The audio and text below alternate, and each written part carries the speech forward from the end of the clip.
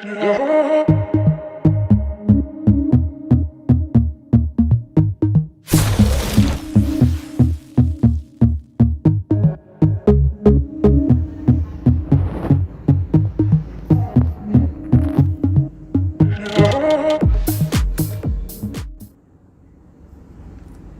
everyone, so today I'm going to review my mini robots, my new age Outback and new age Brawn. So I'm gonna first show you guys Brawn up close. Here is Brawn. He's 2 inches tall in case you're wondering, and here's his articulation. You can see he's got a lot of ball and sockets going on here, so this thing can go up, down, all around. Got little bent, little elbow articulation on the ball joint too. He's got this that goes up and down. It's partly for transformation, and he's got another gimmick which I'll show you. You can turn his head around. He can do the splits. You can twist him over here. As you can see, fairly articulate. You can bend him at the knee. Ball and socket for these parts. His legs. So fairly and you can even turn him at the waist.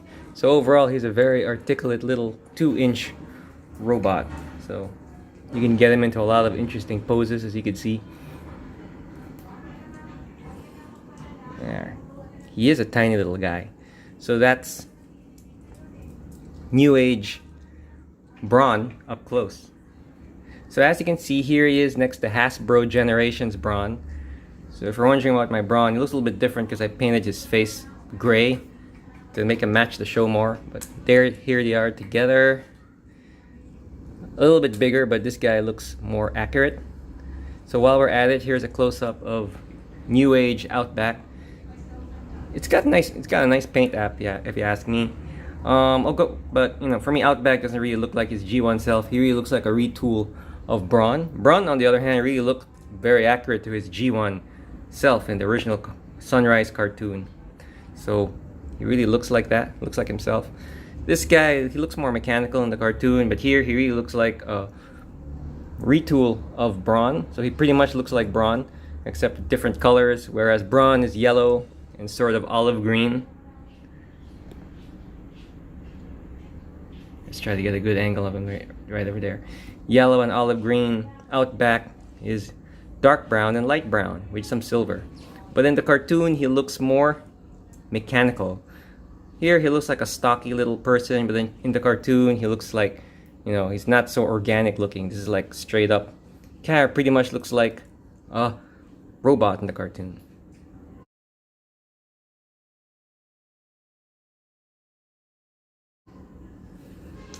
So if you're wondering how tall this Brawn is, oh, I mentioned he is 2 inches. This is how he scales with other third-party transformers, which I brought for you. Here's my Jinbao Optimus Prime, who is about 5 inches tall. So they scale pretty well. Brawn is a mini bot, so he pretty much comes up to Prime's legs. He's a pretty small guy in the show. And this is how he scales up with Megs. Jinbao Megatron, who is slightly taller than my Optimus Prime. So they scale pretty well, as you can see. So this is the box they came in. As you can see, it says Legendary Heroes, Hogan and William Bonney. So Brawn and Outback. So for reasons unknown, Brawn is known as Hogan and Outback is known as William Bonney. But here is the box. Pretty small box for these pretty small figures. There, side view. Hogan and William Bonney. Got nice little artwork of them over there. He really does look like G1 Brawn. They came with no stickers or no Autobot insignia, so I was the one who put those in transformed mode. And in the back, you got some box art. This is from the movie where Brawn gets sort of, I guess he dies at the hands of the Decepticons. So that's a nice little artwork back there. Some warning signs, blah blah blah. 2019, made in China by New Age. As for little Brawn, let's give you a good 360 of Brawn over here. He's got an Autobot symbol, which, as I mentioned, that's a sticker that I put. He is devoid of any Autobot insignias and stickers, so that's his front view, top view. He's got the nice sculpting here that really looks like Brawn, sort of that. Brawn kind of reminds me of like a Masters of the Universe character. He's got a man-at-arms helmet. That's what I call it. And this one captures that pretty nicely. He really looks like the G1 cartoon. Side view, rear view with the tire. Basically, his head is his engine block, because that's his carburetor and his headlights. Bottom over there, his feet. Very good figure. Very good 2-inch figure, very articulate. And he comes with a bunch of accessories. So he's got his little drill. You can peg this on his car mode as well, because there was like one episode where he was drilling the ocean floor with Bumblebee to sort of get, I think it was the episode about the immobilizer or something, where he was trying to get behind the Decepticon. So this drill could fit in his car mode. But you know, the Transformers in the show are pretty versatile, so you could even stick it here. That's his fist. You could bend it like that, close it, collapse it, and then you could stick it here. So he's got drill hands now. Now aside from drill hands, Brawn's got a clamp hand too. There was just one episode where this came from his undercarriage, where he stole Megatron's, I think that was Fire in the Mountain. He stole Megatron's bazooka arm. So yeah, he stole Megatron's little gun. He had a clamp hand going on over there. So that's the other accessory. They're made of die-cast, by the way, so there's a good look. Very nice. So you can put it sideways, you can put it vertical. It's up to you. And you can also have his saw hand, circular saw hand, buzz saw hand. So yeah. And these things can fit out back too. So you know, the Transformers are pretty the Transformers have a lot of gadgets. So they've got a host of different abilities that just come up depending on the plot. So they got drill hands, they got all kinds of other stuff that come up. So these are pretty good accessories. So you can imagine Brawn has the tunnel, and these little accessories come in handy. So if I remember right, Brawn's function, he is I think he's in demolitions, or is he a saboteur for the Autobots? But anyways, I kind of forgot what his function is, but yeah, he sort of infiltrates. And what makes Brawn cool is he's also one of the physically strongest Autobots, hence his name. So I remember there was an episode where he actually flipped over a much bigger Decepticon despite being like less than half his size. Kind of like grabbed the leg and flipped him out. But anyways, I digress. So those are Brawn's accessories. They both also have these little gasoline containers that you could attach under vehicle mode, which I shall show you a little later. So that's pretty cool. They got these little pieces over here, these gasoline pieces, which can flex as well. So yeah, they could open up, but he comes with them. So now I'm going to show you guys the transformation, how they transform little figs. You know, they transform exactly the same way. First thing you want to do is you want to unclasp his rear cab. So it's just lift that up, and you notice there's a little groove over here where it locks in. So you just want to lift that up, put that thing downwards over there, and then you could lower this one next. So, and don't forget to uncurl these sides over here. Usually, from my experience, sometimes when I uncurl this first, it becomes easier to push this thing down because sometimes it's tight. So anyways, once that thing's over there, you could kind of see the makings of his car mode. This is the upper half of his car. And you gotta unfold this portion over here. Then you want to fold his arms in such a way that if you notice, there is a peg at the back of his forearm that pegs into this, that locks it into place. So you just gotta work your way into making that happen. So fold it up, fold the fist. Make sure the camera's focused. Fold this thing, fold that one up. Got a lot of twisting involved. As you can see, you could collapse this that way, and you just gotta make sure that the peg pegs into that hole. So do that with the other arm as well.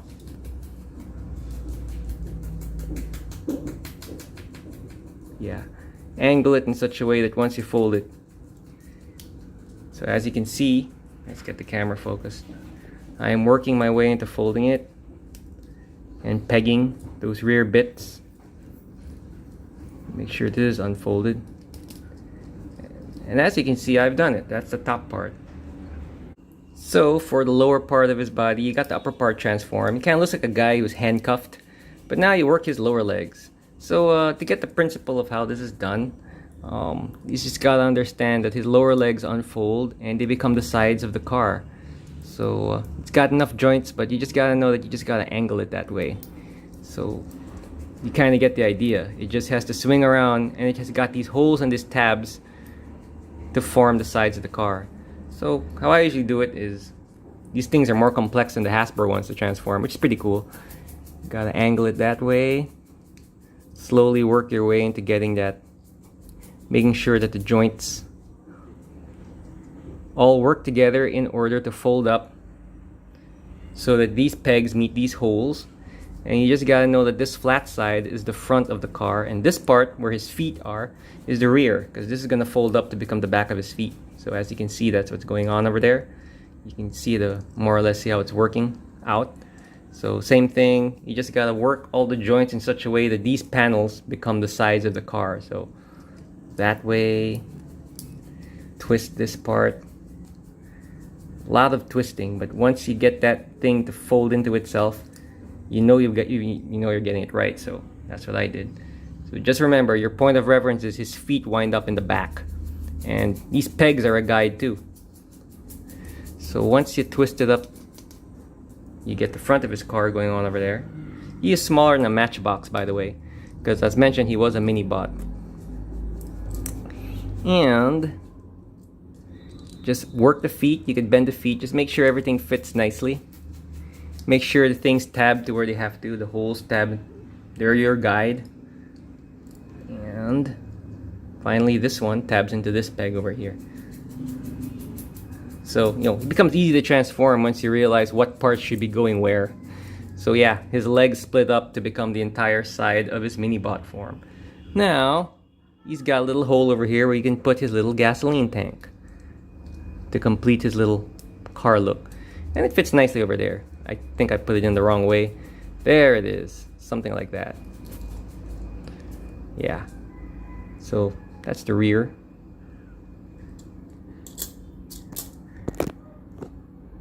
He rolls pretty well. Outback transforms the exact same way. But here he is on his vehicle mode. So he kind of looks like I don't know if it's a Toyota Land Cruiser or a Range Rover. I don't know, but he's some sort of tiny SUV. And there he is. So top views, got his spare tire. Rear view, you could put this little part over here that kind of looks like he's carrying his gasoline. Side view, bottom view. So basically his head becomes his engine, and the front view.